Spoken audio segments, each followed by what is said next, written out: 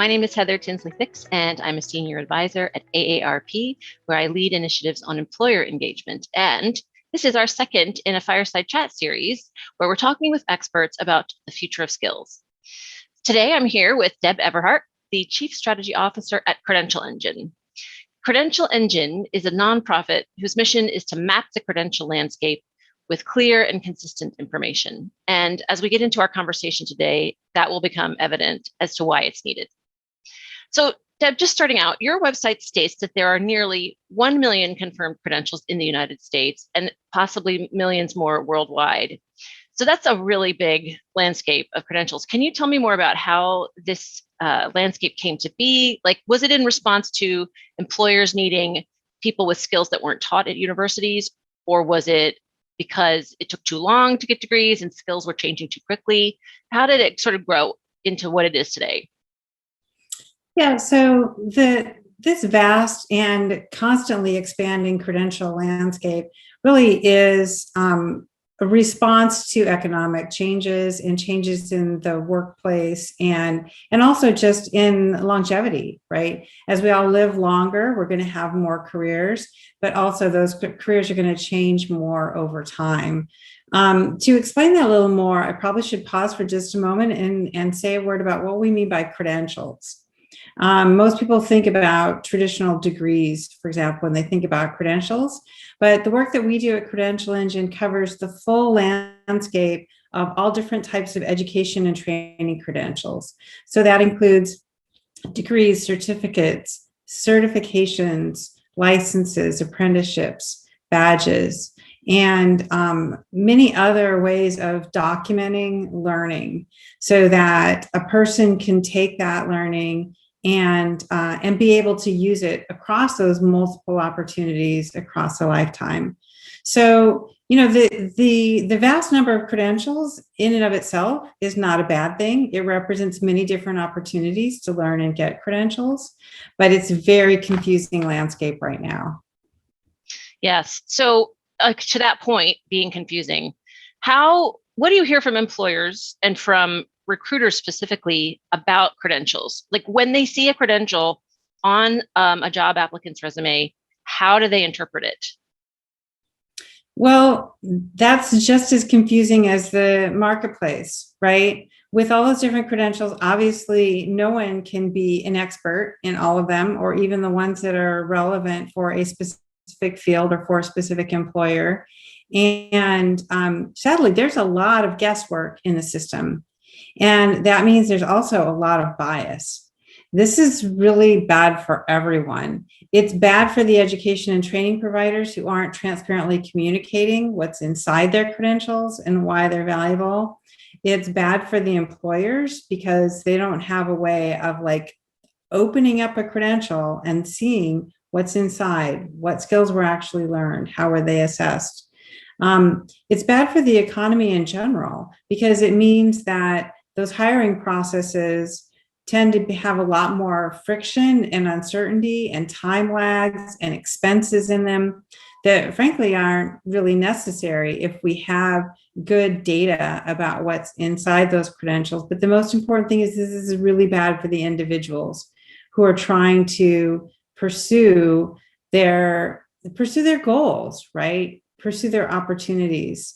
So the bottom line is that if an employer sees a credential they know, so say for example, you're in healthcare and there are very specific certifications and licenses that are required, and they know that credential and they can with confidence say, I know that credential and I know why it's important to this job. But those types of cases are more the exception than the rule. The rule is, oh, you have a degree. Good, you have a degree. Is it a degree? And if they look at it more closely, is it a degree in your field? Is it a degree from a name brand institution? Well, not everyone can afford to go to a name brand institution, and not everyone can afford or have the time luxury to complete a 4-year degree. So employers make judgments about those degrees that may or may not be a fair judgment of the skills and experience that a person actually has. And on the far end of the spectrum, maybe that person has a communications badge And maybe one employer says, oh, you've got a communications badge. That's great. Communication is important to us. Another employer says, what the heck is this badge? Yeah. I don't care. I'm just going to disregard it. And that's completely unfair also. Yeah. And like even the terms you're using, sort of, degree versus certification versus badge. I mean, I bet I could get a badge on Fortnite or whatever. I mean, there's like all kinds of sort of symbols you could take to signify something, but unless the employer knows what it signifies and who the provider of that badge is, then it's going to be tough for them to truly evaluate you as a candidate. What about on the operational side? How can, like, for example, you mentioned understanding what's inside the credential, what skills were learned, how long it took, right? How does that information get from a provider and all of these providers with millions of credentials to the employer? Like, what work is being done to kind of to make that more transparent? Well, it's a big job, right? And that's our mission. I mean, we wake up every morning and we have BHAGs for breakfast because we really believe that we can transform this world of credentialing so that there is linked open data that is publicly available. And let me explain a little bit more about what that means. So the one of the things that we support is the Credential Transparency Description Language, or Ctdl. And that is, it's a schema that's designed for use on the web, and it's humanly readable and machine readable. So let me just give you a comparison so you kind of understand why that's important, that it's linked open data that's publicly available on the web.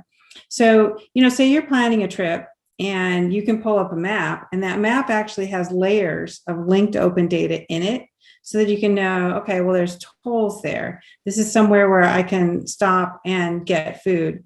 Oh, along the way, I realized I'm tired and need a hotel. You can actually find all of that information and plan your journey more effectively and plan, interruptions or problems along the way because you've got other data that you can get to. You don't need to understand that there's this whole network of really complex interlocking linked open data behind that map. You just know that it's humanly readable and you can find what you need, right? Right. So we all deserve to have that same kind of transparent, available information for our learning and career journeys. And so what we do is we work with all different types of credential providers across those millions of credentials. And we help them actually put the data about those credentials and the skills that they include and the jobs that they align to, and quality assurance mechanisms, time to complete, costs, employment outcomes, all of that data about credentials is available or can be available, but it's usually in proprietary systems where no one can really get at it.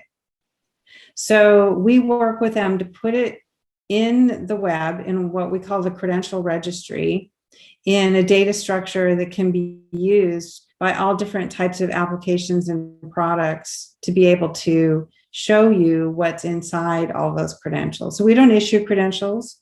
We don't verify credentials. We don't handle any private information about any person's credentials, but we say, look, here's what's inside all these credentials and how they connect to pathways and how those pathways connect to jobs and careers.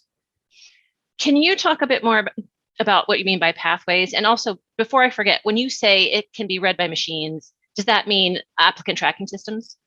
Yes. For example? So we are completely vendor agnostic because we don't build products. What we do is we provide this data infrastructure and advocacy and thought leadership and support services to help people get all this data into this structure, right? Right. So that means that this linked open data can be used in learning management systems, student information systems, applicant tracking systems, human resource information systems, human capital management systems, as well as a whole suite of digital credentialing platforms, online wallets, career exploration platforms, and things that are more geared to individual users. Mm-hmm. Okay. I want to ask about skills specifically. You'd mentioned sort of healthcare certifications, or we all know about PMP, project management certification, or, there's probably certifications in specific types of technical skills like cloud computing or Amazon Web Services. But what about soft skills? So we're hearing more and more that as more job tasks become automated, human skills are becoming more important to employers to find, and they're often quite hard for them to find or to validate. Do you know of any skills or credentials, that seek to validate those types of soft skills? And the reason I ask is that we at AARP, of course, advocate for older workers, and they often have a wealth of these soft skills. Mm-hmm.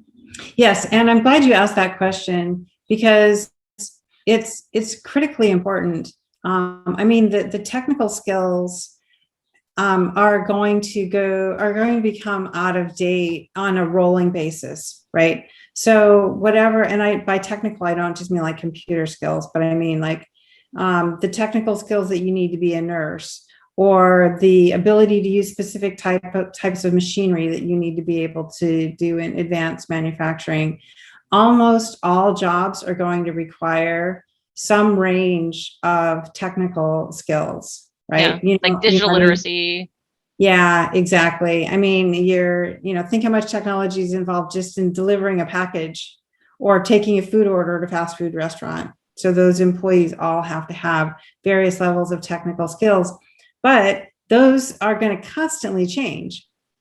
So we actually need multiple different types of credentialing, and one is the credentials that are about those specific skills, and those are going, the timeliness of getting those skills is going to be really important. So you're always going to need new credentials to show that you have the latest version of those specific skills. But these enduring human skills are even more important because they're the ones that are going to span your whole career. They're going to span all different types of jobs. And they're the ones that, quite frankly, give us gratification in our careers, right? I'm not like super excited because I know how to use some specific piece of technology. I'm super excited because I can talk to you today because I have over time acquired these communication skills, right? But they're also much harder to assess. Mm-hmm. And they're also, in some cases, need to be assessed based on a specific context, right? Do you mean like experience or? Yeah. And so it can be a combination of job experience or life experience along with some particular assessment. But, just a very specific example, communication skills you need to work at a fast food restaurant are different from the communication skills you need to be the receptionist at an emergency room front desk, right? Yes. Very different things. So in some cases, even those human skills need to be assessed based on the specific context of a specific job or a specific career track. But often they can be assessed in a way that is more broadly applicable. And so the credential transparency description language actually has, it can represent all different types of information, like what type of assessment. Like you're not gonna take a multiple choice test to show your communication skills, right? Right. And so how are those skills validated? What context are they validated in? How recent is that validation? And one of the great things about what I'm talking about in terms of this type of assessment and credentialing is it doesn't need to be in a formal learning environment. Like you could take a speaking class through a local community organization and get a badge from them that it transparently shows, what you did to get that badge. So Maybe I've gone on a bit of a ramble, but it's really important to understand that there's this full spectrum between very specific skills and very broad and generally applicable skills. Right. Speaking, kind of turning back to the question of university and having gone to like a name brand university, we're hearing a lot about the transition to more of a skills-based labor market rather than one that uses degrees to assess, your suitability for a job. And there's a lot of hope that this will help address some of the equity issues that we have in terms of access to good jobs, because anyone from anywhere, if they're able to access these certification programs, should theoretically be, in the mix to be hired by companies who are looking for those skills. Do you think that's possible? I mean, we talk a lot about that, but do you think that, transitioning it in that direction and having this transparency around credentials makes that more possible? Well, it is happening, not as quickly as any of us would like it to. And there are several drivers, which is good in terms of pushing this forward.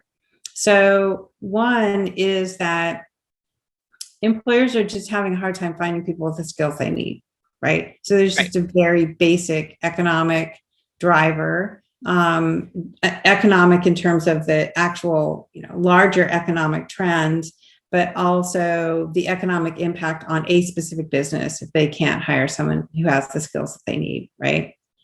And then there's the problem with degrees. So if, for example, if an employer has, you have to have a 4-year degree as a screening mechanism on their job applications, then they have automatically eliminated 2/3 of the candidate pool. Right.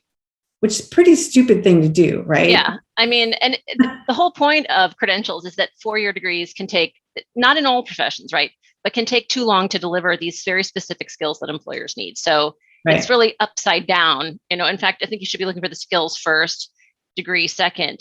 But I mean, I know there are some professions, obviously, where that level of involvement and that much knowledge transfer has to take place. But for a lot of, I think at least half of the jobs don't need that. And we're seeing more big employers like Apple say, we're not going to require degrees for like half of our screening applications. LinkedIn said 75%. They're only going to have, degree requirements for about 25% of their open jobs. So that does make sense. I mean, that employers would start to shift there.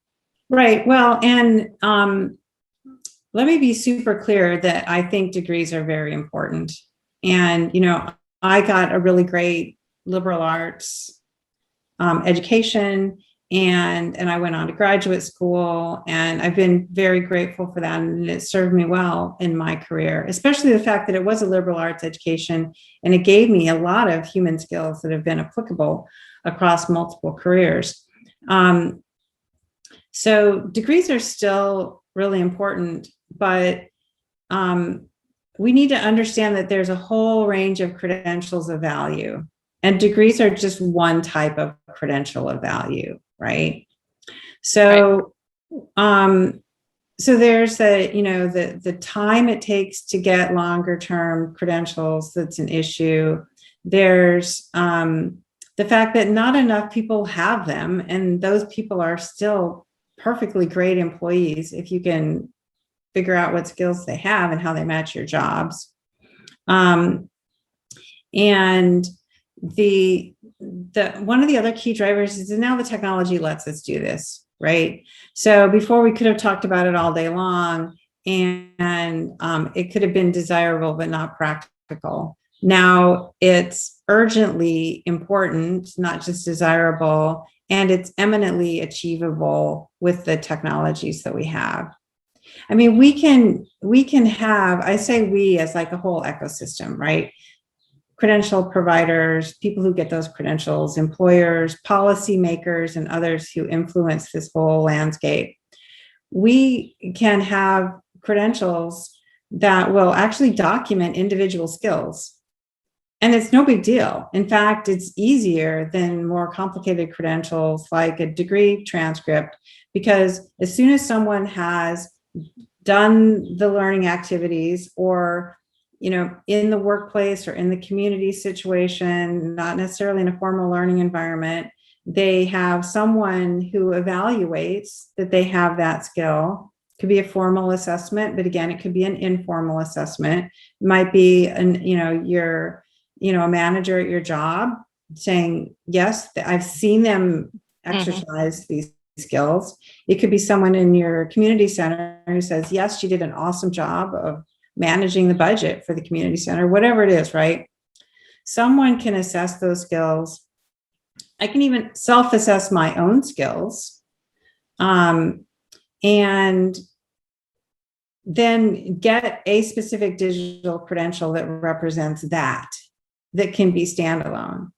And then the employer systems need to be ready to do something with those credentials.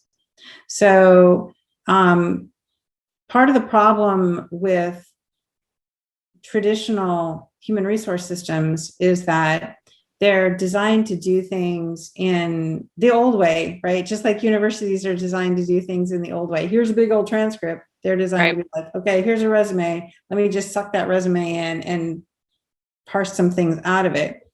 And so we at Credential Engine, as well as a lot of other people in this field, are working with those vendors of those systems to help them understand how they can provide better value to their clients, the employers, by giving them these richer, more precise mechanisms for actually determining what skills a person has across a whole range of different types of credentials.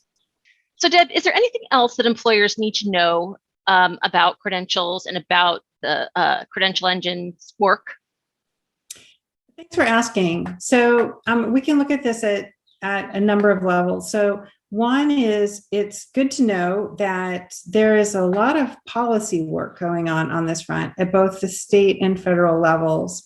And this isn't just extraneous regulations. This is like demands for transparency, so that all different types of credential providers should be providing this public data that is accessible to everyone, so that will help us all in terms of the overall economics of it, as well as helping specific employers have the transparent data they need.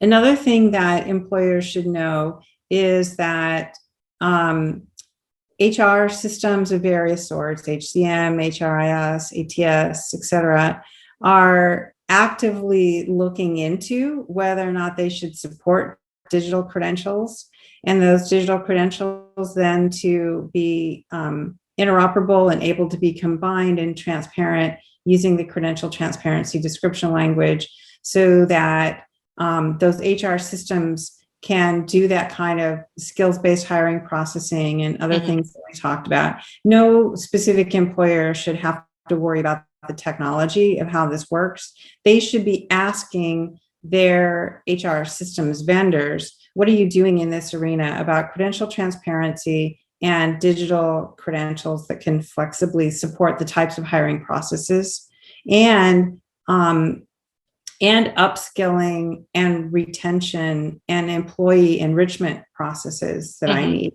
Yeah. And the other thing that employers should know is more at the individual level, which is that there is a wealth of talent out there, and equitable hiring is more important than ever, not just because it's equitable, but because this is what we all need to do. We all need to give opportunity to everyone. It's not a zero-sum game, right? The more opportunity we give to everyone and recognize the skills that they have, the more everyone benefits from that, including the employers who can get good talent because they can see someone's specific skills without just taking on trust or blind or guess that person is a good fit for the job. So there's a lot of important work going on this front on multiple levels, and employers really should demand that they can have access to this type of data to help themselves and to help the people who are going to be their successful employees. Well, that's a great note to end on. I want to thank you again, Deb, for joining us today. We've learned so much. If you want to get in touch with Deb or learn more about Credential Engine, you can find them online. And with us, you can find us at aarp.org/employers. You can find out more about the Employer Pledge Program and all the resources we have. Take care, everybody. Thank you.